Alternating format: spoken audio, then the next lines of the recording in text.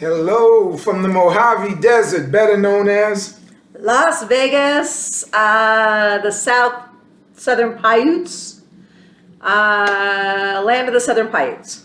That's where we are, amongst others. amongst others. Welcome to another edition of The Bailey View. Ooh, we're back. Ooh.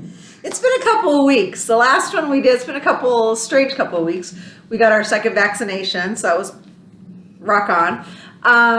And the last one we did was we were talking about policing, so that was a little disturbing. And it came to fruition this week. So Let's put it this way, at least from my viewpoint.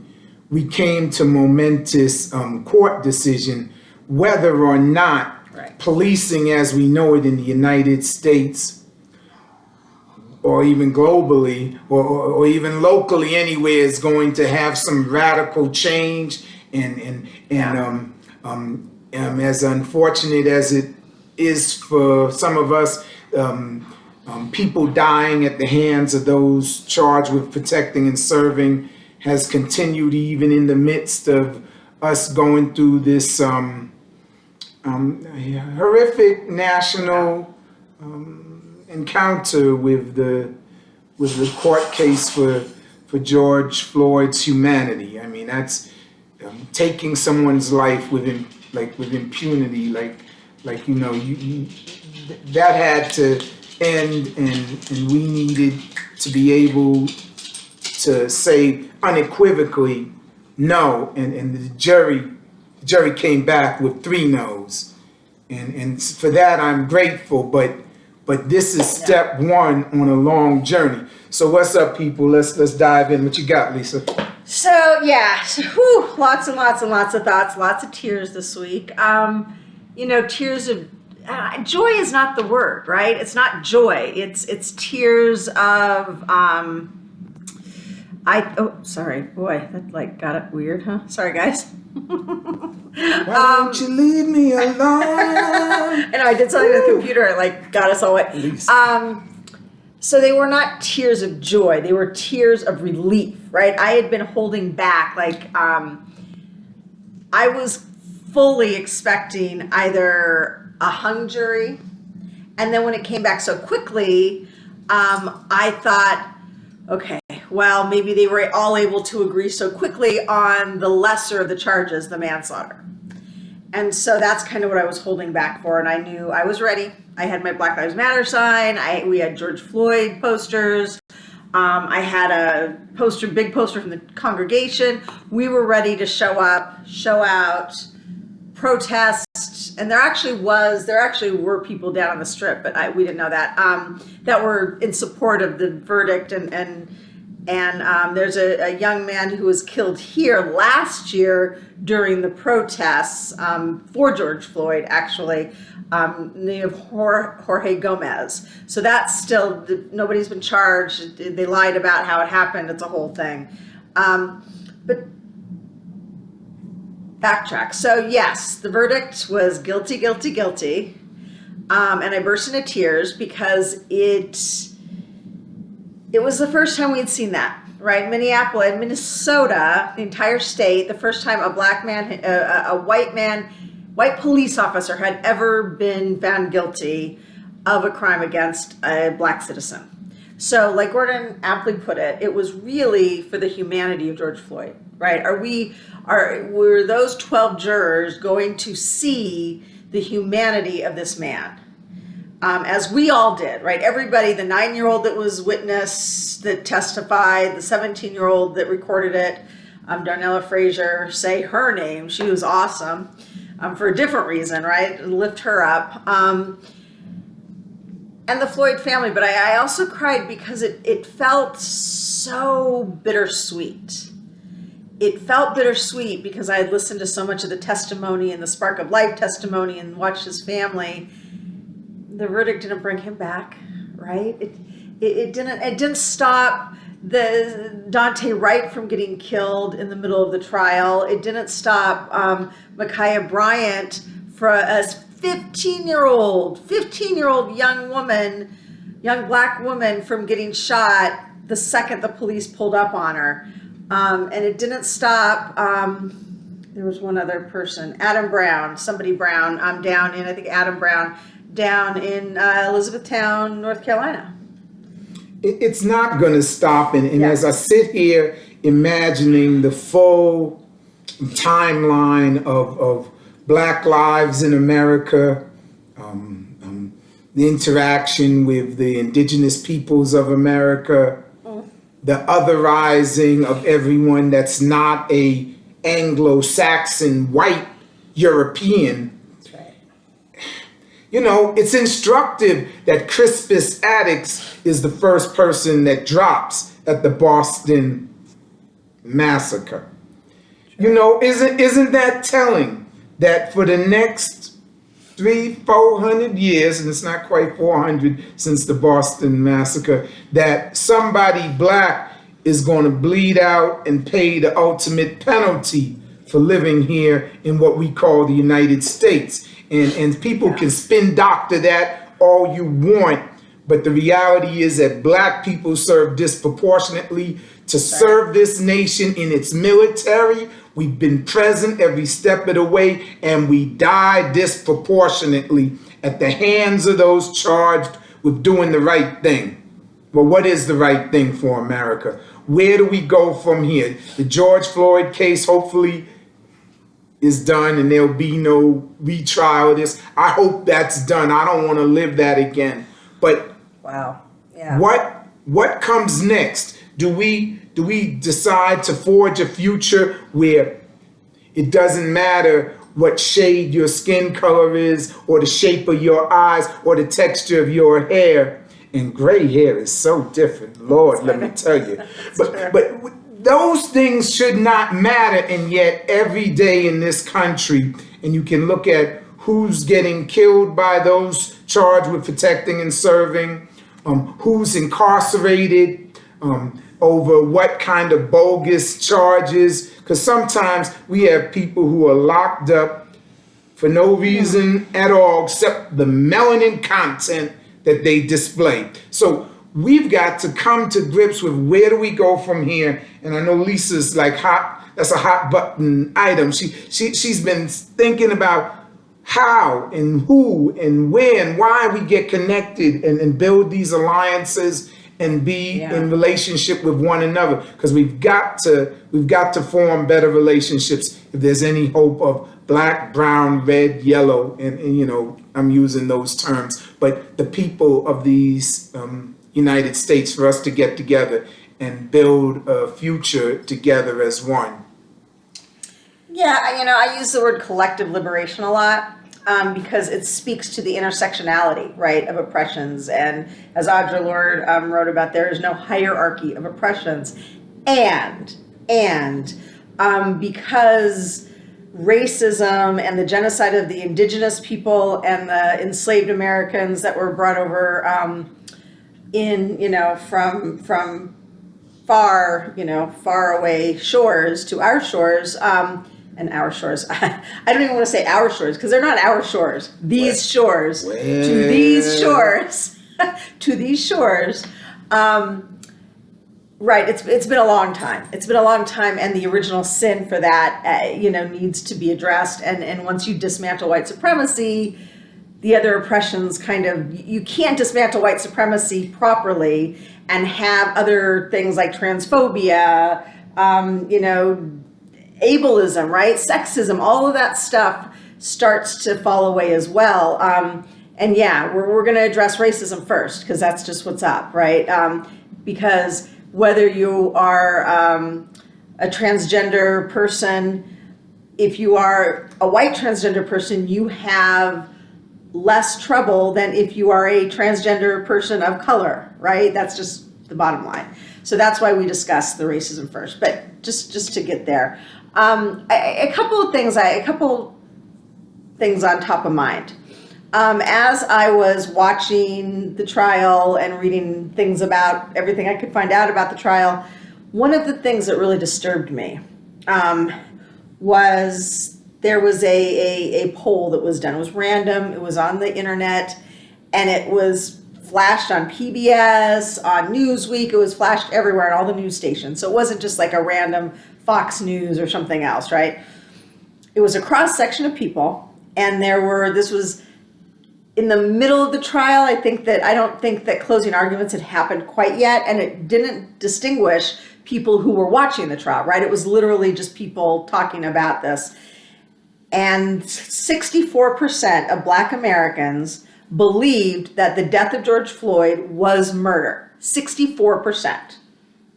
Okay. I mean, maybe the other 26 were like, well, I'm not sure. I haven't watched the trial. I don't know, right? It probably was, but here's the most disturbing statistic. 28% of white Americans that were polled said that.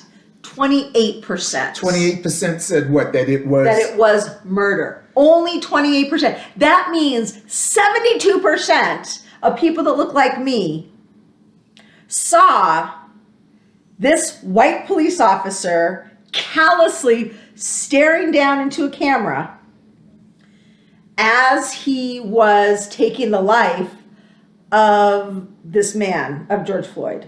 And so the problem for me, and I think that this was why the prosecution got guilty, right? 3 guilties, I think was because they were able to connect the jurors to the humanity of George Floyd. And quite frankly, it was juxtapositioned against the inhumanity of Derek Chauvin. I don't even want to say his name. That's the last time I'm going to say his name. The inhumanity of the police officer who murdered him. Now, there are a couple things about this. I know Gordon just wrote something, so I'm going to let him speak. But one of the other problems for me is apparently a year ago when the police officer who murdered George Floyd was taken into custody, the place he was placed had a bunch of, they have a mixed staff, and the warden relocated every single staff of color away from where the police officer was being housed, as if they weren't professional enough to do their own jobs, to do their damn job, which of course they are. And number 2, like what was he trying to protect?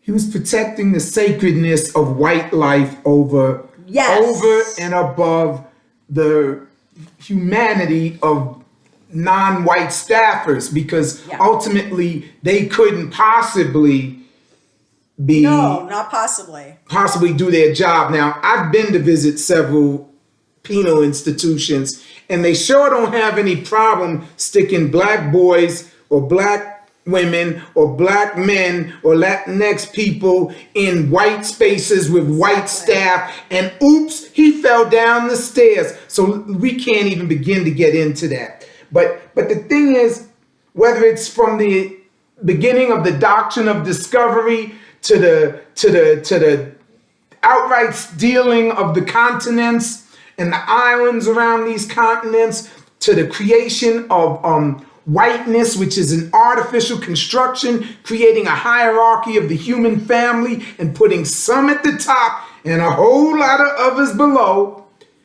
we've been living a nightmare, at least for some of us. And for those of you who everything's been lovely for, well, lottie-dottie, your party about to come to an end, because this will not continue. The world is watching. Everybody sees the way we do things now. In the middle of the Congo, they've got a cell phone. They're reading about how we live, how we do, who we love, and it's evident to the whole world that typically it's only white people that are loved here. So we've got to forge a new day, create a new paradigm, wipe the slate clean as best we can. And so I really want you to start sharing some of the ideas you have about how we work on this collective liberation. Because at the end of the day, there are good European Americans who suffer because they're bad European Americans. Yeah, so that's a great segue, babe. And so a couple things, right? So in our denomination, right, Gordon is a Unitarian Universalist minister, and we are currently discussing an eighth principle, which is an action-oriented dismantling racism, right? It's all about creating beloved, multi-diverse, beloved community, but it really calls us to action. Our other principles they're all aspirational, right? But they're not necessarily, they're things people go, oh, that sounds lovely. Yes, I affirm and promote the inherent worth and dignity of every person. Sure, I can be a Unitarian Universalist. And so and it goes down like that, right? The democratic process, the interdependent web of life. I mean, I'm going completely we've got 7 of those. But the 8th principle directly responds to what's happening in the world and in our denomination and in general, because we claim that we want to be this liberal denomination, and sometimes we definitely do not, sometimes, always, we generally do not show up as that, and I think everybody can relate to that, right? We all have things that we say we want to be. I would like to be 20 pounds lighter. Well, I'm not, and that's okay. I just have to get real about it. If I want to be 20 pounds lighter, I have to do something about it, right? We say we want to be anti-racist, and most people don't really understand what that looks like. So that's where Gordon's coming from. So we're going to talk about what that actually looks like, right?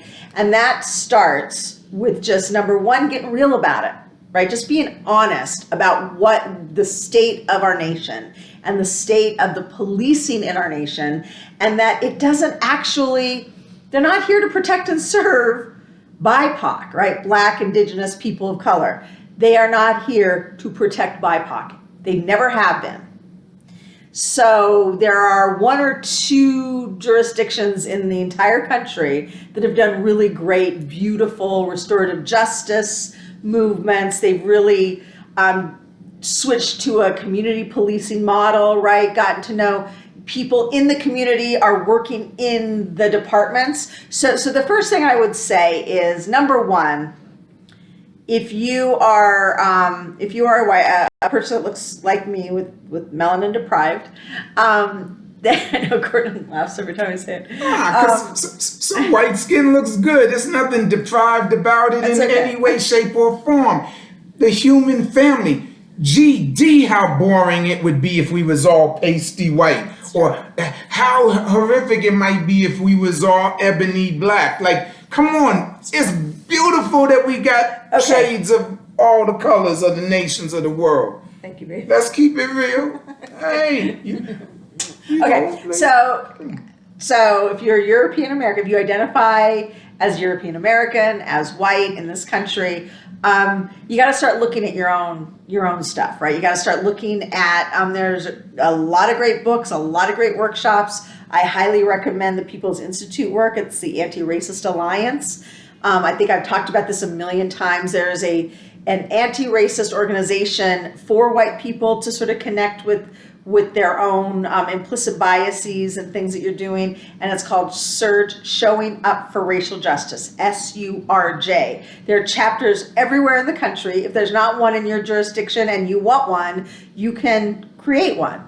And I would look for a UU congregation. If there's not a SURJ chapter, and see if there are people there that are like-minded. But there are other things you could do. So find some like-minded folks, start a SURJ chapter. If there's one in your area, go find a SURJ meeting. They usually meet once a month, and they have actions ranging from education to and there's a lot of stuff going on right now on Zoom, and I can even you guys can send us an email at thebaileyview@gmail.com. If you have questions and want some of this specific information, I have a lot of it. So please, thebaileyview@gmail.com. Okay, we do get that email. So that's one. The other thing is get involved. And I think this is for everybody, whether you are, no matter how you identify in your race and your ethnicity, get involved and go check with your city, your city or town, and figure out when the general meetings are. There's usually some transparency in some of these, and if there isn't, demand it. Go and ask for transparency. Ask when the next meeting that the public is welcome to. Ask for the charter. Ask for anything that gives you information about how the policing is done, how are they hired and fired, and here's an interesting thing. So the man that murdered George Floyd may get up to 75 years in prison, okay? His sentencing is gonna be in a couple of months. And if he does that, he will still, because of the way that Minneapolis doles out your pension, you being charged and convicted for a felony does not preclude you from receiving your pension. Oh, strip that shit now. Yes. So these are the kinds of things you need to start doing, right? So see if there's an advisory council. Pasadena has an advisory council. Unfortunately, they don't have a lot of power, right? So if there's a community advisory council, find out how they can hold the police departments and the sheriff departments actually accountable. See if, and that may take a city council ordinance. That may be, you got to go to your city council members and your mayors and your, those people. The chief of police may or may not, and the unions are really going to be the biggest problem. But at the very least, show up to your town meetings, to your city council meetings, ask questions, figure that out. So that's the other thing. Look for other solutions. Look up restorative justice or transformational justice. These are programs that deal with not necessarily felonies or lesser felonies, maybe drug charge, see if there's the mandatory sentencing for drug charges is slowly diminishing, thankfully, because we've been decriminalizing drugs, right? Because that's been a big part of it.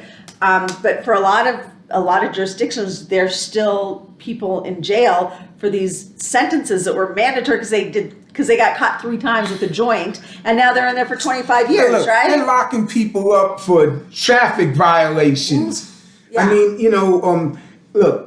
Oh, and the no bail. Fight for the no bail. No cash bail. No cash bail. You should never be in jail because you're too poor. That is called debtor's prison. We did away with that years ago, and it is back. So this is a problem. Those are just a couple of, I have other ideas, but yeah. There are problems, there are solutions, and there's everything in between, right? And we've got to start somewhere. So Lisa's on the ground type person, wanting to work in tandem with organizations and institutions and people, and that's a beautiful thing. I'm all for it, I love kumbaya moments, let's come together and do the right thing. Oh, and give money to the movement for Black Lives. Give money. There are things, though, that I look at that I know require self-analysis, critical understanding of what motivates you. So I may begin all of this from a relational standpoint and say, I want you to look at yourself and what motivates you. I believe dismantling the linked oppressions requires heart work. And I need people to search their hearts, search their spirits. I don't know what your theology is out there. You may be Christian, you may be Muslim, you may be Buddhist, you may be Jewish, you may be atheist, you may be humanist, you may be agnostic. I don't know where you are on the spiritual spectrum. What I do know, absolutely. Or I prefer earth-based religions. But you could be anywhere on that spiritual journey. Or maybe you've forgotten that some of us believe that we're spiritual beings having a human experience, and you're not even attending to that part of the Trinity for me, mind, body, spirit, and you haven't done that work. But please search your hearts, search your minds. Where were you raised? Were you in proximity to the BIPOC community? Do you have friends that are from the BIPOC community?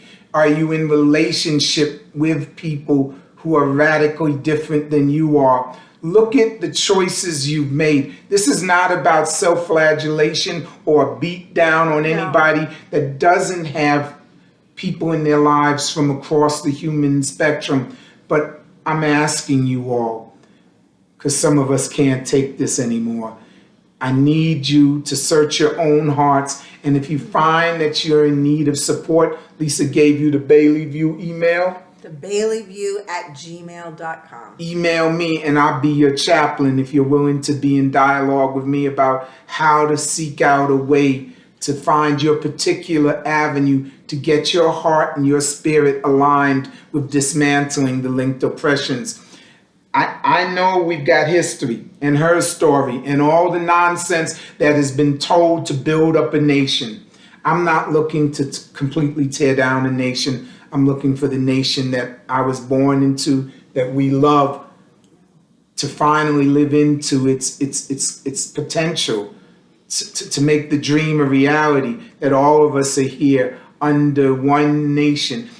Parliament Funkadelic said one nation under a groove, but some of you may be more like under God, indivisible with liberty and justice. I want us all to be safe. I want us all to have an opportunity to thrive academically, financially, spiritually, emotionally. I want every factor of human life to be lifted up here so that we as a people can come together and celebrate. Yeah, and there's lots of other organizations of color to donate to. I mean, there's a great organization called Make It Work that does a lot of work all across the nation. There's a Make It Work Nevada that I'm connected to. But Gordon's right. You know, it's really starts with those relationships, right? And I appreciate that that's where he goes. And I think that we can't do this work without doing that work, right? And I say, in my own activism and when I'm, pulling together, I don't use the word lead because I'm not trying to lead anybody. I'm trying to gather them and call them into this work, right? And so gather us into the collective liberation work that is so desperately needed. The thing that I think about all the time is first do no harm, right? The Hippocratic Oath, the doctor's Hippocratic Oath. We got trouble in healthcare too. We won't even go there. The Hippocratic Oath of first do no harm. And I think about that as a woman who was raised in this nation as a European American, and understanding that there are things I need to check before I bring and send a bunch of white folks out in the middle of a BIPOC group to try and, support or show up in actions. Like there's some things that people are gung-ho and we want to do things. And I've been doing this work for 30 years. So I'm on the ground, I'm boots on the ground now, but I've been doing this work for 30 years, and figuring out, and I'm still doing this work. I don't stop doing that internalized, fighting my own internalized white supremacy and implicit biases and racism. I'm still doing that work. And I think that one of the things that Gordon was saying, that if you're not proximate to people, there are so many different things you can do. So many different things. One, we just watched this show called Exterminate All the Brutes. Woo! Say it again. Exterminate All the Brutes. Raoul Peck. He also did I Am Not Your Negro. Amazing. He also did Lumumba, the young Karl Marx. He's great. He's a Haitian filmmaker. And it's a 4-part series. I think it's an hour each, so it's 4 hours. It's on HBO right now. I don't know where else you can find it. And it talked about the colonialism, and it's not just the global colonialism. It wasn't just in this country. And so you kind of get an idea of where a lot of the narrative and a lot of the thought process that goes behind why somebody like the police officer that just killed George Floyd, why we were all holding our breaths and hoping that they would get convicted because it wasn't a foregone conclusion. And that's because of the colonialization and the imperialization.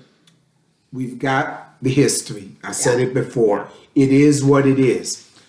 It's a funny thing. I keep looking back at South Africa and thinking, well, maybe they're the way forward.